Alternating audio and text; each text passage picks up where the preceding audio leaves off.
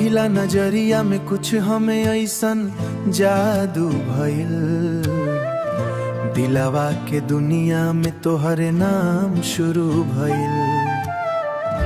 पगले बना देलू हो नजिया मिला के, दिलवा चुरा ले गईलू हंसिया दिखा के।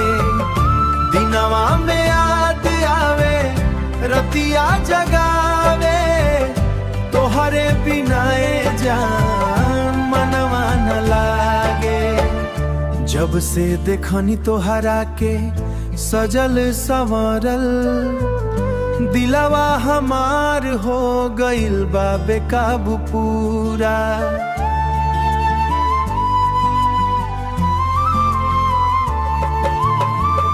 चांद के रोशनी भी फीकी लागे, तोहरे चेहरा से दुनिया उजियारे।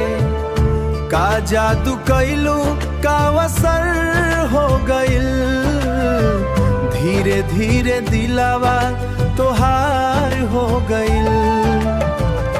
पगले बना देलू हो नजिया मिला के, दिलवा चुरा ले गईलू हंसिया दिखा के।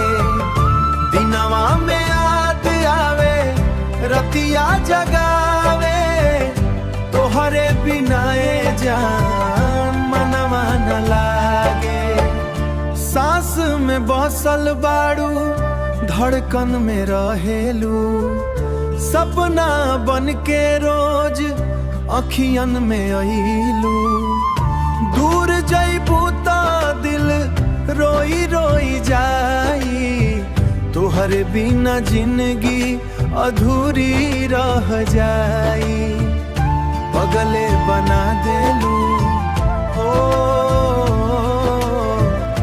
दिलवा चुरा ले गइलू हो। अब तो बस हर जम के पहचान बा।